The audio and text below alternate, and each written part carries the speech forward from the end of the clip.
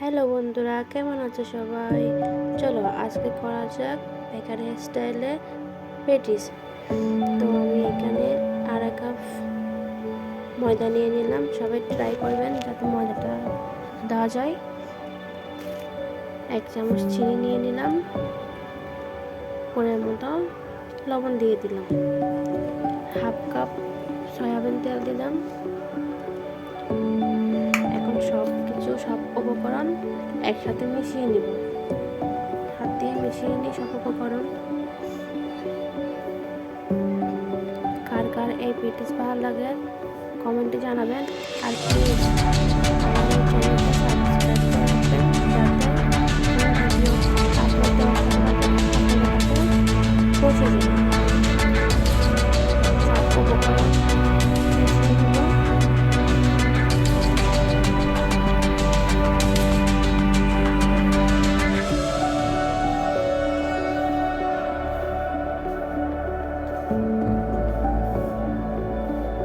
মেশানো হয়ে গেলে কিভাবে বুঝবো যে আমাদের সব উপকরণ মেশানো হয়ে গেছে? এই যে দেখেন, হাতের মুঠো করে নিলে এরকম হয়ে যাবে, ঠিক চাপ দিলে আবার ভেঙে যাবে। আমি আপনাদের সেই করতে আবার দেখাচ্ছি, চাপ দিলে ভেঙে যাবে। এখন 1 কাপ পানি নিয়ে নিব। সব পানি একসাথে দেওয়া যাবে না, অল্প অল্প করে পানি দেব। সবগুলো একসাথে দিলে হয় নরম হয়ে যাবে। একটু একটু করে দেব যাতে পেটিসটা সুন্দর মতো হয়। একটু করে দিলে পানি আমি ডো তৈরি করে নেবো একটা।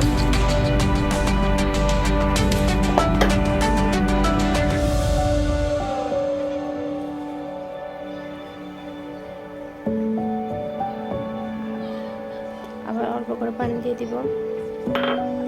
সুন্দর মতো ডো তৈরি করে নিব।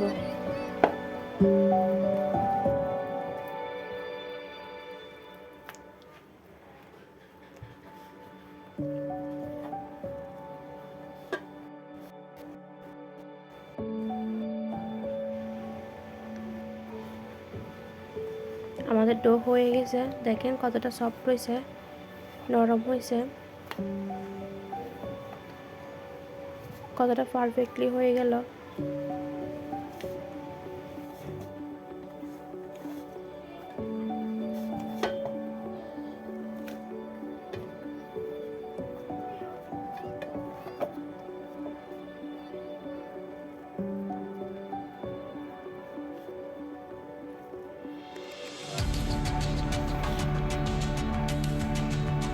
আমি যে 1 কাপ পানি নিয়েছিলাম আগে, সেখান থেকে আমার এতটুকু পানি বেঁচে গেল।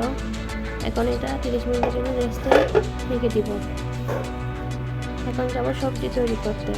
যেহেতু এটা চিকেন পেটিস, তাই আমি চিকেনের তৈরি করার জন্য চলে আসলাম। এখানে আমি 2 কাপ পেঁয়াজ দিলাম।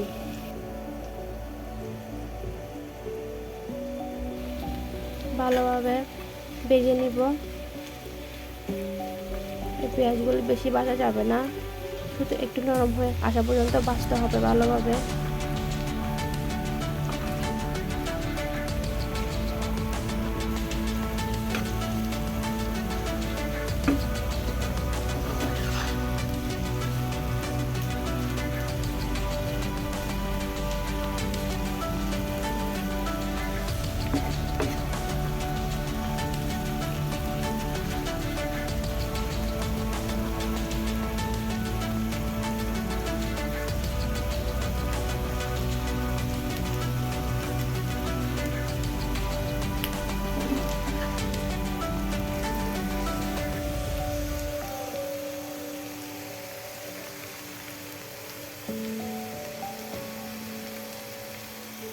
ভাজা হয়ে গেলে আমি আবারও লবণ দিয়ে ভেজে নিব।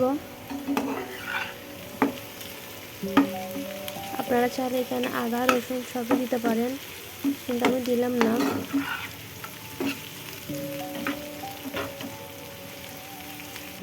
আমি এখানে 1 কাপ চিকেন দিয়ে দিলাম। চিকেনগুলো আগে থেকে সিদ্ধ করা ছিল।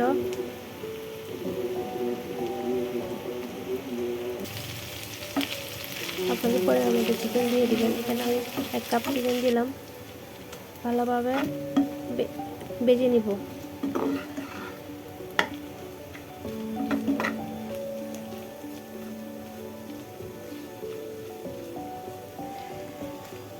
ভাজা হয়ে গেলে আমি দেব শুকনো উপকরণ। কেন আমি মরিচের গুঁড়া দিলাম 1/2 চামচ, ধনিয়া গুঁড়া দিলাম 1/2 চামচ, হলুদ গুঁড়া দিলাম 1/2 চামচ। ভালোভাবে মিশিয়ে নিব। এবার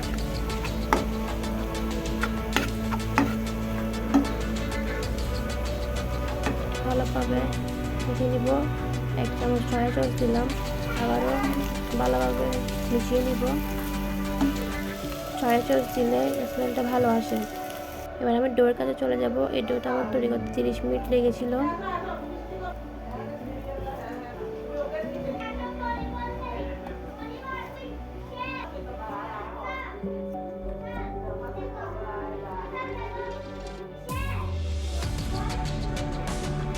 দেখেন কতটা সফট হয়ে গেছে রেস্টে রাখার পর।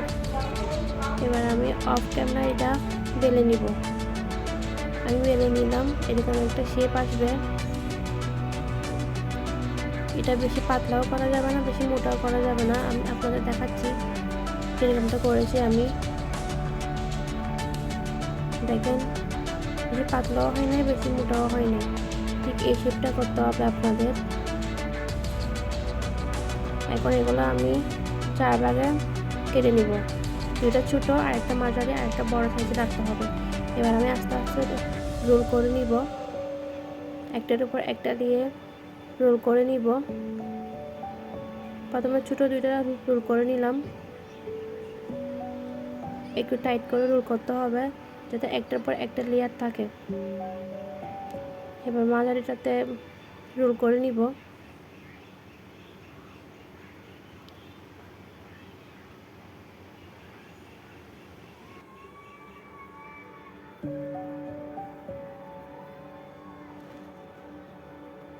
এখন বড়টাতে চেপে চেপে টাইট করে রোল করে নিব।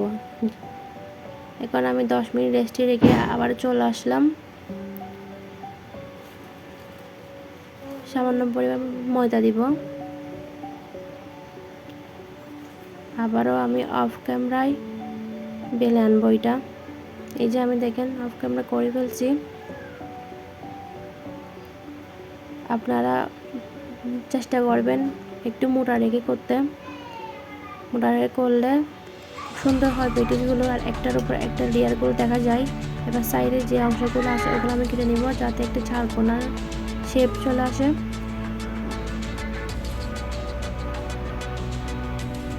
আমি কেটে নিলাম। দেখেন কত সুন্দর চারকোনা শেপ হয়েছে।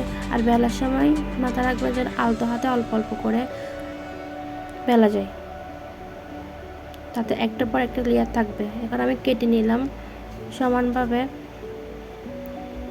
দেখেন আপনারা চাইলে এই অবস্থায়ও ফ্রিজে রাখতে পারেন।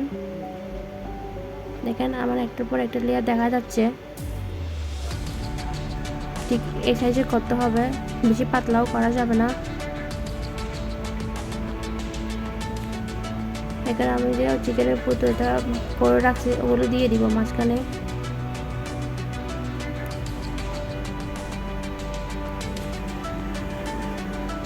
আর একটু সুন্দর পেটিতে শেপ দিয়ে দিব। দেখেন কত সুন্দর করে দিয়ে দিলাম। এখানে আমি একটু পানি দিয়ে দিয়েছি যাতে এটা যখন হবে তৈরি হবে যাতে খুলে না যাওয়ার জন্য, খুলে না যায় দিয়ে দিলাম। এই যে আমি সবগুলো তৈরি করে রাখছি। দেখতে কত সুন্দর লাগছে। এখন চলে যাব চুলায়। আমার যেহেতু ওভেন নাই তাই আমি চুলায় তৈরি করব। তবে চেষ্টা করব এগুলো ওভেনে করার জন্য। ওভেন ছাড়াও সুন্দর করে করা যায় চুলায় যদি সঠিকভাবে দেওয়া হয়। আমি সবগুলো দিয়ে দিলাম। এবার একটা ঢাকনি দিয়ে 30 মিনিটের জন্য ঢেকে রাখবো।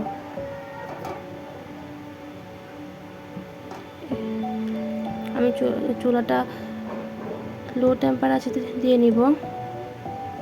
30 মিনিট পর্যন্ত ওয়েট করব। 30 মিনিট আগে খোলা যাবে না। আমি 30 মিনিট পর আবারও চলে আসলাম, দেখি কেমন হয়। দেখেন কত সুন্দর কালারটা চলে আসছে। এটা যদি ওপেন হতো আরও সুন্দর কালার চলে আসতো। তবে আলহামদুলিল্লাহ অনেক কালার আসছে। এ পর্যন্ত। আল্লাহ হাফেজ। দোয়া করবেন সবাই।